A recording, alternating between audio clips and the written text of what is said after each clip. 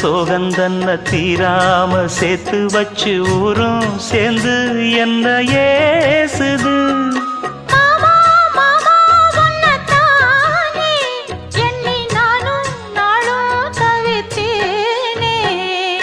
கூண்டுக்குள்ள என்ன வச்சு கூடி நின்ன ஊற விட்டு கூண்டுக்குள்ள போனதென்ன கோலக்கிளியே.